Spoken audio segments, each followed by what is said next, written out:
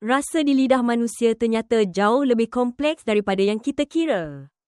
Kita semua tahu 5 rasa klasik, manis, asin, asam, pahit dan umami. Tapi tahukah kamu bahawa ada lebih banyak lagi?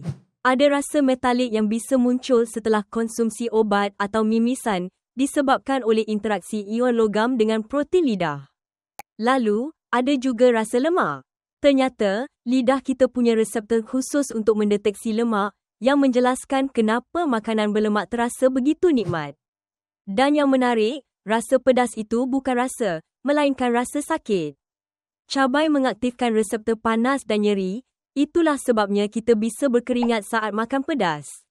Jangan lupakan sensasi astringen yang bikin mulut terasa kesat dan rasa dingin dari min yang mengaktifkan reseptor suhu. Yang paling mengejutkan, semua bahagian lidah bisa mendeteksi semua rasa, hanya intensitasnya yang berbeza. Jadi, lidah kita itu jauh lebih canggih dari yang kita bayangkan.